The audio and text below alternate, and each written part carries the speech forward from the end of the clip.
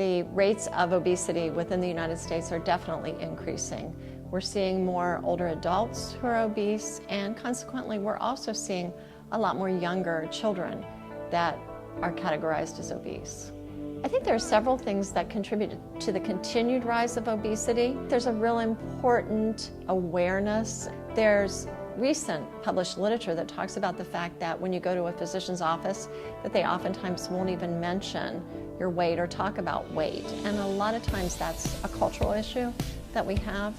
But I think it's incumbent upon us as physicians to address it in a very factual manner in looking at weight and height and appropriate weights, and then talk more about appropriate nutrition and exercise. Another is that we've lost that whole communal eating that we do a lot of times, so that people are constantly on the run. They're not sitting down for a family meal. A lot of households have both working parents, and so the opportunity for someone to be at home preparing the meals and getting ready for them is not as much there as what it used to be. So I think we're seeing a lot of that happen. And again, a lot of people are really busy with more sedentary activities. People use the computer both at work and at play, which doesn't require a whole lot of physical activity to do. And so they become much more sedentary with that. I think there are a lot of actions that we can take to help prevent obesity. The habits that you develop now in your youth are really the habits that you'll continue to carry forward as an adult. And so trying to make those habits really good habits very early, then make those choices as you become older really easy choices. You'll choose that fresh fruit instead of a really greasy hamburger. Those types of things will just become second nature to you. And one of the really important reasons behind preventing as a youth is the fact that there are complications that occur as you get older. As a 10-year-old, you really don't think a whole lot about diabetes, hypertension, high cholesterol, and all of the diseases that are associated with that.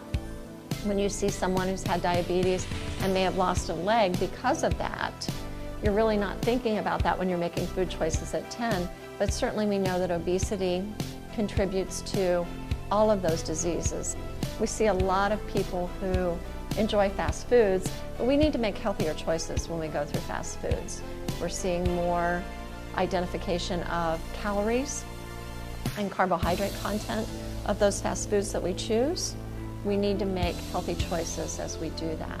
Exercise is also another big piece of this, in making sure that people are aware of the need for exercise and not just at home on their iPhones, their iPads, and whatever other device they like to play with, but actually getting out and enjoying the weather or a sport, and more awareness of sports that are available for kids across all ages. Another big piece of this is look for a lot of more portable foods. Fruits and vegetables, great idea. Carrot sticks that you can carry with you, or celery sticks, along with an apple, an orange, grapes. Right now the season is wonderful for peaches and cherries. So those types of things that are they really do help with filling you up, giving you energy, and they're easy and portable. But I think an awareness about obesity. What should my weight be? How do I try and maintain that? What should my choices be? I think are all things that we need to put out there for everyone to be aware of. Doesn't mean you need to stop fast food, but you do need to make the right choices.